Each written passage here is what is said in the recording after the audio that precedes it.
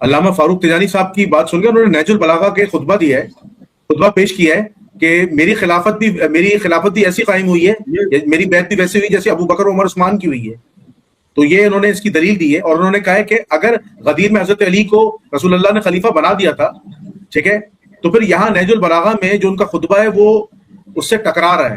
نامعلوم ہے. چونکہ اہل سنت مذہب میں ایک بڑی دلچسپ بات ہے، حضرت سعد بن عبادہ کو جنوں نے مار دیا، امام حسین کا قاتل یزید، اہل سنت آج کے ایک صحیح سند روایت نہیں رکھتے. امام حسن کو زہر دیا گیا، کس نے دیا نہیں پتا. حضرت ابو بکر کو زہر دیا، کس نے دیا نہیں پتا. رسول اللہ کو زہر دیا، کس نے دیا نہیں پتا.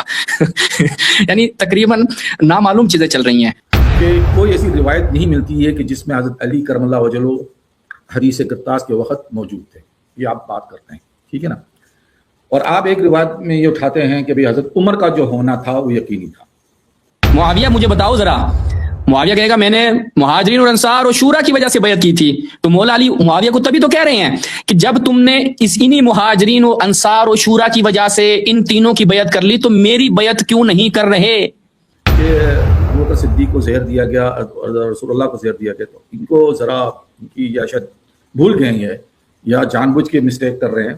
بھائی زہر اس یہودی عورت نے دیا تھا جس سے جب رسول اللہ کی دعوت کی گئی تھی، اور رسول اللہ کو پھر اسی گوشت نے کہا کہ مجھے مت کھائیے، کیونکہ رسول اللہ چبا چکے تھے. کچھ ایک صحابہ لقمہ لے چکا تھا، حضرت ابو بکر بھی جو اس کو چبا رہے تھے تھوڑا بہت وہ، تو کہ وہ حضرت ابو بکر اس وقت شکایت کر رہے تھے کہ مجھے اسی زہر کا اثر اب ہو رہا ہے میری موت پر. ہمارے اور آپ کے بیچ میں اختلاف ہزاروں صحیح، لیکن میں کہوں گا شہباز صاحب حسبنا کتاب اللہ، کہ آپ کے اور میرے بیچ میں اللہ کی کتاب ہے. تو آپ ناراض ہو جائیں گے مجھ سے اللہ کی کتاب کے الفاظ سن کر؟ کبھی نہیں. وہ کتاب تو رسول اللہ ہی چھوڑ کے جا رہے ہیں.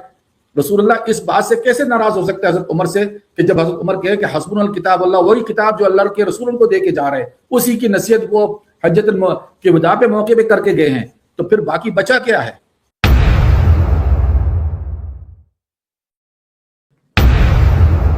السلام علیکم تجانی صاحب. وعلیکم السلام ورحمۃ اللہ تعالیٰ وبرکاتہ. آواز آ رہی ہے میری؟ جی الحمدللہ. اچھا تجانی صاحب، آپ شروع سے پروگرام دیکھ رہے ہیں تو آپ شہباز اصفہانی صاحب سے کوئی سوال کرنا چاہیں یا ان کے دلائل پر جرح کرنا چاہیں؟ بسم اللہ کیجیے. اچھا نہیں، شروع سے تو میں نہیں دیکھ رہا ہوں، میں کافی تھوڑا سا بیزی تھا، مصروف تھا. مجھے کوشش تھی کہ میں تھوڑا بہت میں نے جو یہ ان کی باتیں سنی اصفہانی صاحب کی. میری آواز دوبارہ آ رہی ہے؟ کو تو نہیں ہو رہا ہے؟ نہیں، آپ تھوڑا سا زور سے بولیے گا، تھوڑی آواز ہلکی ہے آپ کی.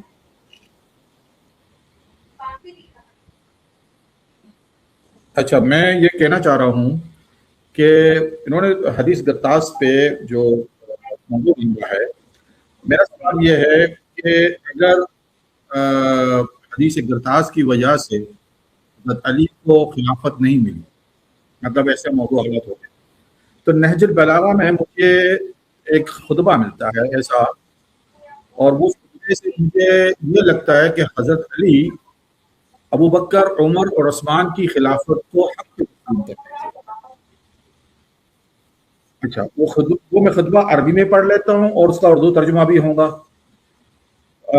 یہ خطبہ ہے: انہم بایعنی القوم الذین بایعوا ابا بکر وعمر وعثمان علی ما بایعوا علیہ لم يكن للشاهد ان يختار ولا للغائب ان يزيد وانما الشورى للمهاجرين والانصار فان اجتمعوا على رجل وسموه اماما كان ذلك لله رضا فان خرج عن امرهم خارج بطعن او بدعه ردوه الى ما خرج منه فان ابى قاتلوه على الاتباع غير السبيل المؤمنين والله الله وما تولى. اچھا، اب میں اردو میں ترجمہ یہ ہے: بلا شبہ میری بیعت انہی لوگوں نے انہی شرائط پہ کی جن لوگوں نے ابو بکر، عمر، عثمان رضی اللہ عنہ کی بیعت کی تھی، لہٰذا بیعت کے وقت جو حاضر تھا اسے اب کسی اور کے انتخاب کا حق نہیں، اور جو غائب تھا اسے رد کرنے کا اختیار نہیں. بلا شبہ شورا کے حق صرف مہاجرین و انصار، الفاظ کو سنیں، یعنی شورا کا جو حق ہے وہ مہاجرین و انصار کو ہے. بس اگر وہ کسی شخص پر متفق ہو جائیں، اسے امام خلیفہ نامزد کر دیں تو اسی میں اللہ کی رضا سمجھی جائیں گی. پھر اگر کوئی شخص ان کے فیصلے سے تان زنی یا بدعت کی بنیاد پر باہر نکلے تو اسے دوبارہ یہی طرف لایا جائے گا جہاں سے وہ نکلا ہے، اور اگر وہ انکار کرے تو اس سے جنگ کی جائے گی، کیونکہ اس نے مومنوں کے راستے سے الگ راستہ اختیار کیا اور اللہ اسے اس طرف موڑ دے گا جدھر وہ خود مڑا ہے. اب یہ نہج البلاغہ کی جو ان کے یہاں ایک طریقے سے مستند کتاب ہے، اس میں یہ روایت اس بات کی دلیل بنتی ہے دو چیزیں. ایک تو حضرت علی خلافت جو طریقہ کار جو اختیار کیا گیا، یعنی مہاجرین اور انصار کے شورے سے، کسی کی نامزدگی پہلے سے نہیں، یعنی نصب منصوص من اللہ نہیں، یہ والی بات ہے، شورے سے. اور دوسری بات ہے کہ وہ جو پہلے گزر چکے تھے انہی شرائط پہ ان کی خلافت ہوئی ہے جن شرائط پہ حضرت کی خلافت مانا گیا ہے. حدیث دلچسپ کو اس ماروں میں حجت بنانا کہ وہ حضرت علی کی کوئی خلافت رکھتی تھی، تو پھر حضرت علی ان باتوں کو کیوں دہراتے ہیں؟ ان کی کتاب سے میں نے بات کا حوالہ دیا، جبکہ ان کو یہ کہنا چاہیے تھا کہ میری خلافت تو غدیر خم میں اعلان ہو چکی تھی، ٹھیک ہے نا، اور اس کی گواہی اللہ کا رسول دوبارہ لکھنے چاہتے تھے لیکن کچھ لوگوں نے ان کو روک دیا. میری بس یہ مختصر سے یہ مطلب ایک سوال ہے، اور حضرت کیا فرمائیں گے تو اس نقطے پر ذرا میں ان سے سننا چاہوں گا. جی شہباز صاحب، آپ علامہ فاروق تجانی صاحب کی بات سن کے انہوں نے نہج البلاغہ کے خطبہ دیا ہے، خطبہ پیش کیا ہے کہ میری خلافت بھی ایسی قائم ہوئی ہے، میری بیعت بھی ویسے ہوئی جیسے ابو بکر عمر عثمان کی ہوئی ہے. تو یہ انہوں نے اس کی دلیل دی ہے، اور انہوں نے کہا ہے کہ اگر غدیر میں حضرت علی کو رسول اللہ نے خلیفہ بنا دیا تھا، ٹھیک ہے، تو پھر یہاں نہج البلاغہ میں جو ان کا خطبہ ہے وہ اس سے ٹکرا رہا ہے. تو پھر اور حدیث قرطاس کو پھر آپ خلافت سے کیسے جوڑ رہے ہیں، ذرا اس کا جواب دیجیے گا. سب سے پہلے تجانی صاحب کی خدمت میں سلام عرض ہے، انشاءاللہ عافیت سے ہوں گے. تجانی صاحب ماشاءاللہ ایک اچھے ریسرچ اسکالر ہیں، اور ہم ان سے چاہیں گے، ہمارا درخواست ہوگی کہ ایک منظم اور الگ سے، ابھی چونکہ غدیر آ رہی ہے تو غدیر پہ ان کے ساتھ ایک پروگرام ہو جائے جنید الرحمان صاحب کے توسط سے، اگر یہ حامی بھریں گے کہ آیا غدیر سے مراد امامت اور خلافت ہے یا ویسے ہی کوئی عام سی چیز ہے، تو انشاءاللہ میں امید کرتا ہوں تجانی صاحب حامی بھریں گے اور اس موضوع پہ ہمارے ساتھ ہم کلام ہوں گے. جو انہوں نے نہج البلاغہ سے پیش کیا، اس سے پہلے انہوں نے کہا کہ حدیث قرطاس سے شیعہ خلافت سے جوڑتی ہیں. تجانی صاحب آپ کی خدمت میں نہایت ہی مؤدبانہ عرض ہے، شیعہ نہیں جوڑتے اس کو خلافت سے، علماء اہل سنت جوڑتے ہیں. ٹھیک ہے، شارحین بخاری الف سے لے کے یا تک، خطابی پہلا شارح بخاری، ابن بطال دوسرا شارح بخاری، وہاں سے لے کر آئیں ابن حجر، نووی، جتنے بھی شارح ہیں، بدر الدین عینی صاحب ہو گئے، بخاری مسلم کے جتنے شارحین ہیں سب نے اس کو خلافت سے جوڑا ہے. اب وہ کہتے ہیں کہ اس سے خلافت مراد تھی، کچھ وہ کہتے ہیں ابو بکر صاحب کی خلافت تھی، حضرت ابو بکر کی خلافت تھی، خلافت سے وہ جوڑ رہے ہیں. تو پھر میرا سوال تو آپ پہ یوں پلٹے گا کہ آپ کے تمام شارحین بخاری نے کہا کہ اس سے مراد خلافت تھی، تو سقیفہ میں حضرت ابو بکر کہہ دیتے کہ اس سے مراد، وہ قرطاس کے موقع پہ میری خلافت لکھوانا چاہتے تھے، وہاں پہ تو حضرت ابو بکر نے سقیفہ میں کیا کہا، حضرت عمر اور ابو عبیدہ کے ہاتھ میں سے کسی ایک پہ بیعت کر لو. وہاں پہ نہ حضرت ابو بکر نے مرو ابا بکر کہا، آج آپ لوگ مرو ابا بکر فلیصلی بالناس کے کلمے ورد کرتے ہیں. حضرت ابو بکر سقیفہ میں کیا کہہ رہے ہیں بخاری مسلم کی روایت میں کہ یہ خطبہ دیا حضرت ابو بکر نے جب پہنچے وہاں پر، اور کہا کہ یہ عمر اور ابو عبیدہ میں سے کسی ایک کے ہاتھ پہ بیعت کر لیں.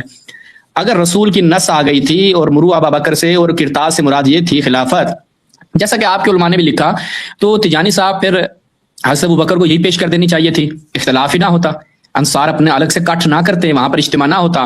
پھر لطف کی بات یہ ہے کہ حضرت سعد بن عبادہ جو ہیں، جنہوں نے پوری زندگی نہ حضرت ابو بکر کی بیعت کی نہ حضرت عمر کی بیعت کی، وہ اسی طرح اس دنیا سے چلے گئے اور کہا کہ ان کو قتل کر دیا گیا، لیکن ان کا قاتل نامعلوم ہے. چونکہ اہل سنت مذہب میں ایک بڑی دلچسپ بات ہے، حضرت سعد بن عبادہ کو جنوں نے مار دیا، امام حسین کا قاتل یزید، اہل سنت آج کے ایک صحیح سند روایت نہیں رکھتے. امام حسن کو زہر دیا گیا، کس نے دیا نہیں پتا، حضرت ابو بکر کو زہر دیا کس نے دیا نہیں پتا، رسول اللہ کو زہر دیا کس نے دیا نہیں پتا. یعنی تقریباً نامعلوم چیزیں چل رہی ہیں. پھر رسول نے فرمایا میرے بعد 12 خلیفہ ہوں گے، وہ کون ہوں گے نہیں پتا. یعنی اہل سنت مذہب کو تجانی صاحب ویسے یہ کہنا کہ ہم مذہب نامعلوم کہیں تو یہ زیادہ مناسب نہیں ہے، کیونکہ کسی چیز کا کچھ پتہ نہیں ہے، عطا پتہ کچھ نہیں ہے، کوئی خبر نہیں ہے. بڑی عجیب و غریب بات ہے تجانی صاحب، آپ اس کا انشاءاللہ جواب مجھے عنایت فرمائیں گے. تو یہ ایک جواب نقضی ہو گیا کہ بھئی مولا علی نے وہاں حدیث قرطاس سے خلافت پہ استدلال کیوں نہیں کیا. حلی جواب یہ ہے کہ چونکہ حدیث قرطاس ہمارے یہاں خلافت کی دلیل نہیں ہے، اہل تشیع کے ہاں جب نہیں ہے تو آپ کا سوال ہم سے بنتا نہیں ہے. پھر آپ نے نہج البلاغہ کی طرف رجوع کیا.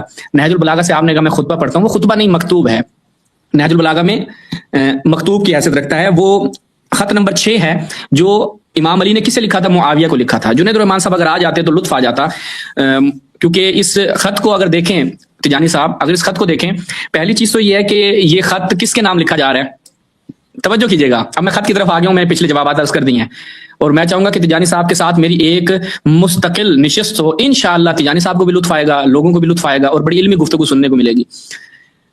یہ جو آپ نے 6 نمبر پڑھا ہے اور کہا کہ مولا علیہ السلام تو خلافت کو ابو بکر, اب دیکھیں معاویہ بن ابی سفیان نے حضرت علی کی بیعت نہیں کی. تیجانی صاحب ایسا ہی ہے نا, بیعت نہیں کی تھی, آپ اتفاق کرتے ہیں اس میں؟ اچھا, آپ خط سے اتفاق کرتے ہیں کہ خط حضرت علی نے لکھا تھا معاویہ کو؟ یہ خط جی یعنی حضرت علی نے لکھا تھا, یہ اتفاق آپ تسلیم کرتے ہیں؟ ہاں, یہ حضرت علی کا خط ہے جو آپ پڑھ رہے تھے نا, یہ حضرت علی کا خط ہے. یہ آپ کی طرف سے اس پہ آپ انکار نہیں کریں گے کہ یہ خط جو ہے حضرت معاویہ کو نہیں, یعنی حضرت علی نے ہی لکھا تھا؟ ہاں, مکتوب نمبر 6 ہے یعنی یہ ایسی چیز ہے جو انڈرسٹوڈ ہے. دیکھیں حضرت, آپ نے شارحین کی باتیں کی نا, مسلم اور بخاری کی شارحین, وہ زیادہ اہمیت نہیں رکھتی جب تک, اول تو میں نے آپ کی طرف سے یہ سنا ہے معذرت کے ساتھ کہ انہوں نے حدیث گرتاز کو خلافت سے مخصوص کر دیا, جبکہ اگر حدیث گرتاز خلافت سے ہوتی تو صحیفہ ہمارے لیے چونکہ حجت جو ہے وہ صحابہ کرام ہے. اب صحابہ کرام اگر حدیث گرتاز کو نہیں سمجھے تو خلافت کے لیے نہیں ہے, تو باقی چاہے وہ کوئی بھی بڑا سے بڑا آدمی آ جائے وہ ہمارے لیے کوئی حجت معنی نہیں رکھے. ٹھیک ہے, میں کمپلیٹ کر لوں, میں کمپلیٹ کر لوں تیجانی صاحب. آپ نے اس کو تسلیم تو کر لیا نا؟ نہیں, میں کمپلیٹ کر رہا ہوں نا, میری بات مکمل ہونے دیں, خط کے متعلق میری بات مکمل ہو جائے, پھر آپ انشاءاللہ اس پہ کلام کیجیے گا. اتنی سی بات ہے, مکتوب 6 کو آپ تسلیم کر رہے ہیں نا؟ جی, میری بات کمپلیٹ ہونے دیجیے نا, میری بات کمپلیٹ ہونے دیجیے کہ یہ جو مکتوب اس میں کچھ ایسا تو ویسا, کیونکہ میں صرف یہ جاننا چاہتا ہوں کہ آپ نے اس بات کو تسلیم کر لیا. باقی تو آپ جو بھی کہیں گے میں گھما پھرا کے یہیں پہ آ جاؤں گا, کیونکہ حضرت علی آپ کے لیے حجت ہے تو میرے لیے بھی حجت ہے. میں بھی حضرت علی کو ماننے والا ہوں. وہ جو پہلا جو یہاں سے گیا تھا نا, وہ ناصبی کو میں نہیں جانتا, میں اہل سنت کو جانتا ہوں. حضرت علی میرے لیے حجت ہے. تو حضرت علی نے اگر مکتوب لکھی ہے, آپ اس کو اپنی کتاب میں بیان کر رہے ہیں, تو یہ مکتوب میرے لیے بہت بڑی حجت بن گئی. اب آپ بیان کریں ماشاءاللہ سے. میرے آپ کے سامنے یہ کتاب جو ہے اس حدیث گرتاز سے زیادہ اہم ہو گئی ہے بات, کہ حضرت علی جب ایک مکتوب لکھ کر دلائل کے ساتھ اس باتوں کو بیان کر چکے ہیں کہ شرائط وہی ہے. جی, میں کمپلیٹ کر لوں تیجانی صاحب, انشاءاللہ آپ پھر اس پہ عرض کیجیے گا. تو بات ہی ختم ہو گئی کہ کوئی اور غدیر ہو جائے. تیجانی صاحب, بزرگوار تیجانی صاحب, مجھے اگر آپ کمپلیٹ کرنے دیں, آپ مجھے تھوڑی سی اجازت دیں. بسم اللہ. جنید الرحمان صاحب, تیجانی صاحب فرما رہے ہیں کہ یہ میں نے مکتوب نمبر 6 کو مان لیا نہج البلاغہ کے, انہوں نے بھی مان لیا, یہ ان کے لیے بھی حجت ہے, میرے لیے بھی حجت ہے. ٹھیک ہے, اس پہ ہم قائم و دائم ہیں. جی تیجانی صاحب, آپ 6 نمبر مکتوب کو حجت مانتے ہیں, قائم و دائم ہے اس پہ؟ میں آپ کو اس کے سند سے پوچھ رہا ہوں, اگر آپ اس کو تسلیم کر رہے ہیں کہ صحیح, کی کتاب میری نہیں ہے نا, میں صرف چلیں اب میری ہے نا, استدلال سن لیں تیجانی صاحب, اب میرا استدلال سن لیں, سن لیں, میرا استدلال سنیے گا. تیجانی صاحب, مجھے 6 نمبر مکتوب کا جواب عرض کرنے دیں. چلیں مجھے موقع نہیں دے رہے تیجانی صاحب. اس کی متن میں کوئی بھی ایسی بات نہیں جس کو میں انکار کر سکوں. ٹھیک ہے میرے بزرگوار, مجھے اگر آپ اجازت دیں میں کمپلیٹ کر لوں. آپ نے کہا کہ یہ مکتوب صحیح ہے تو پھر میں تسلیم کرتا ہوں. مجھے اجازت تو دیجیے, آپ فیصلے سنا رہے ہیں, مجھے اجازت دیجیے, میں آپ کی خدمت میں کچھ گزارشات رکھنا چاہ رہا ہوں. ہاں, مکتوب نمبر 6 سے انہوں نے استدلال کیا اور کہا کہ امام علی علیہ السلام اپنی خلافت کو منسوخ نہیں مانتے تھے. وہ حضرت ابوبکر عمر کو شورا کی حیثیت سے, کبھی شورا میں بھی خلافت گئی اور جناب مہاجرین اور انصار نے بیعت کی. یہ الا ماشاء اللہ. پہلی بات ہے, ہم سند کے اعتبار سے دیکھیں تو یہ ضعیف ہے, اہل سنت سے آیا ہے. پہلی چیز, سند کے اعتبار سے یہ خود جو مکتوب نمبر 6 ہے نہج البلاغہ میں, یہ وقعت الصفین سے آیا. وقعت الصفین نصر ابن مزاحم کی کتاب ہے, جن کا متوفہ 200 سمتنگ بنتا ہے. تو یہ یعنی جو طریق ہے اس میں یہ شعبی صاحب آئے ہیں. شعبی اہل سنت کے ہاں ایک بہت بڑی شخصیت ہے, ہمارے ہاں نہایت مذموم شخصیت ہیں, تو یہ ان سے آیا. پہلی سند کی بات ہے. ہم اب اس کے متن پہ آ جاتے ہیں. کیا یہ متن جو ہے تیجانی صاحب, اردو میں اگر آپ نے پڑھا, عربی میں بھی پڑھا, ماشاءاللہ آپ بہتر جانتے ہیں, لیکن مجھے افسوس یہ ہوا کہ اتنی واضح چیز آپ سمجھنے سے قاصر رہے. جنید الرحمان صاحب, میں آپ سے خطاب کر کے آپ سے سوال کروں گا, آپ مجھے جواب دیجیے گا کہ آپ اہل سنت ہیں, میں شیعہ ہوں. جب میں نے آپ کو دلیل دینی ہوگی, آپ کے مسلمات سے دوں گا یا اپنے مسلمات سے دوں گا؟ جب اصولی طور پر دلیل دی جاتی ہے تو کراس کتابوں سے دی جاتی ہے. احسن, جزاک اللہ. حضرت معاویہ نے مولا علی کی بیعت نہیں کی. کن کی بیعت کی تھی؟ حضرت ابو بکر کی بیعت کی تھی, حضرت عمر کی بیعت کی تھی, حضرت عثمان کی بیعت کی تھی. ٹھیک ہو گیا. مولا علی فرما رہے ہیں کہ اے معاویہ, تمہارے ہاں بیعت کا قاعدہ کیا ہے؟ تمہارے ہاں بیعت کا قاعدہ ہے مہاجرین و انصار و شورا. جس مہاجرین اور انصار و شورا کی وجہ سے تم نے ابو بکر عمر و عثمان کی بیعت کی, تو میری بھی بیعت اس طریقے سے ہوئی ہے, تم کیوں جھجک رہے ہو میری بیعت کرنے سے؟ اسے کہتے ہیں مین باب الزام, چونکہ اس کے معاویہ کے مسلمات سے جواب دے رہے ہیں کہ دیکھو کن قواعد کی بنیاد پر تم نے بیعت کی تھی. معاویہ مجھے بتاؤ ذرا. معاویہ کہے گا میں نے مہاجرین اور انصار اور شورا کی وجہ سے بیعت کی تھی. تو مولا علی معاویہ کو تبھی تو کہہ رہے ہیں کہ جب تم نے انہی مہاجرین و انصار اور شورا کی وجہ سے ان تینوں کی بیعت کر لی تو میری بیعت کیوں نہیں کر رہے؟ یہ سامنے والے کے مسلمات سے جواب دیا. یہ امام علی علیہ السلام نے من باب الزام, جو نہایت واضح, ایک چھوٹے بچے کے لیے بھی واضح ہے. آگے بڑھتے ہیں, اسی مکتوب 6 پہ رہتے ہیں. آپ نے 6 کو تھوڑا سا پورا پڑھ لیتے نا تو اس میں آگے پتہ چل جاتا آپ کے لیے کیا حجت قائم ہوتی ہے. آگے فرماتے ہیں کہ اب دیکھیے گا, توجہ کیجیے گا جنید رحمان صاحب, اب جو کوئی اس کی شخصیت پر اعتراض یا نیا نظریہ اختیار کرتا ہو, الگ ہو جائے. اب دیکھیے گا مولا علی السلام نے ضرب کہاں پہ لگائی ہے. جمل اور صفین والوں کو مولا علی کیا سمجھتے تھے, اسی خط میں پتہ چل گیا. اسی خط سے پڑھ رہا ہوں جو انہوں نے پڑھا ہے. کہا کہ جب امام نے بتا دیا کہ مہاجرین انصار شورا سب نے میری بیعت کی اور اسی طریقے سے میری خلافت قائم ہوئی ہے, اب جو شخص اس نظریے سے ہٹ گیا اور وہ منحرف ہو گیا, اگر وہ انکار کرے تو اس سے لڑیں, کیونکہ وہ مومنوں کے طریقے سے ہٹ کر دوسری راہ پر ہو لیا ہے. مومنوں کے طریقے سے ہٹ کر مہاجرین انصار اور شورا کو مولا علی نے معاویہ کے مطابق کہا کہ مومنوں کا راستہ تھا, تو جو اس سے ہٹ گیا وہ گویا مومن نہیں ہے. اب وہ کون تھا جو مومن نہیں تھا حضرت علی کے مطابق, اس کے مطابق, اسی جملے کے مطابق؟ حضرت عائشہ, آپ ہی نے پڑھا ہے, میں نے تو نہیں پڑھا. یہ حضرت طلحہ زبیر عشرہ مبشرہ میں سے, اور حضرت معاویہ عمرو عاص و الا ماشاء اللہ اصحاب. تو یہ مکتوب نمبر 6 ہے جسے آپ نے کہا کہ میرے لیے حجت ہے. پھر یہ آپ نے اس کی بات کی. اب جنید الرحمان صاحب یہ نہج البلاغہ سے پڑھ رہے تھے نا, اب میں نہج البلاغہ سے ایک نہیں مقامات گنواتا ہوں کہ امام علی اپنی خلافت کو خود کیا سمجھتے تھے, معاویہ سے ہٹ کر, معاویہ کے جواب سے ہٹ کر, اس کو خط لکھنے سے ہٹ کر, خود امام علی کا نظریہ نہج البلاغہ میں کیا ہے. جب ہم وہ دیکھ لیں گے ہمیں سمجھ میں آ جائے گا.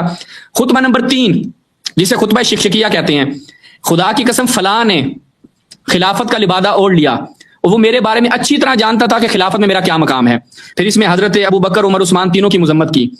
اور دیکھیے گا کہ کیا فرمایا امام علی علیہ السلام نے.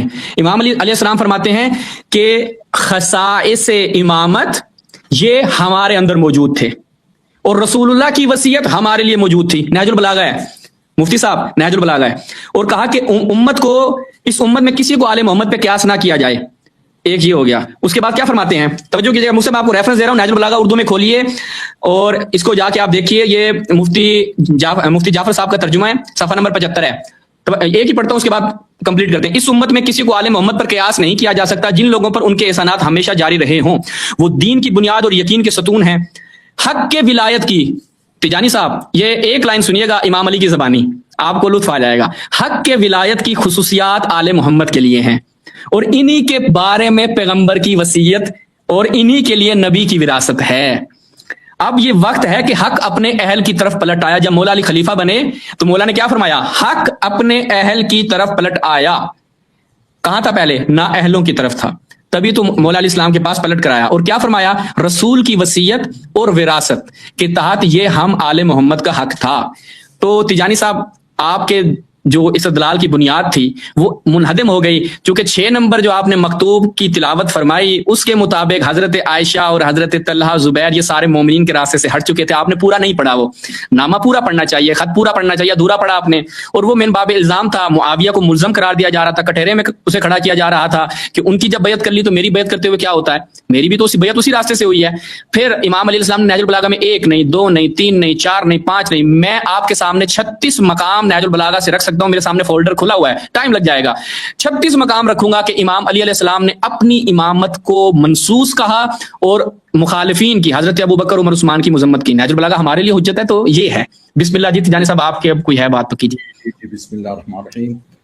شہباز اسمانی صاحب میں بڑی خوبی یہ ہے کہ وہ بات کو ٹویسٹ کرنا جانتے, یہ بڑی ٹیلنٹ کی بات ہے. ہم بات کر رہے تھے حدیث گرتاز پہ, ہمارا مسئلہ معاویہ اور جنگ صفین یا جنگ جمل تھا ہی نہیں, جبکہ ان کو پتہ ہے کہ اہل سنت کا صحیح موقف یہی ہے کہ حضرت علی کو ان دونوں جنگوں میں ہم حق پہ تسلیم کرتے ہیں اور دیگر کو ہم خطا اجتہادی پہ مانتے ہیں. لیکن میں نے ان سے پہلے یہ کہا کہ آپ اس مکتوب کو صحیح تسلیم کرتے ہیں کہ نہیں. یہ صحیح تسلیم کرنے کے بعد انہوں نے فوراً ٹویسٹ مار لی کہ جب سمجھ گئی ہیں کہ بھئی میرے ہاتھ سے تو راستہ نکل جائے گا, تو اب اس کو جو ہے نا میں اس پہ لے کے آ جاتا ہوں کہ یہ حدیث ہمارے پاس ضعیف ہے. حضرت ضعیف ہو یا نہیں ہو,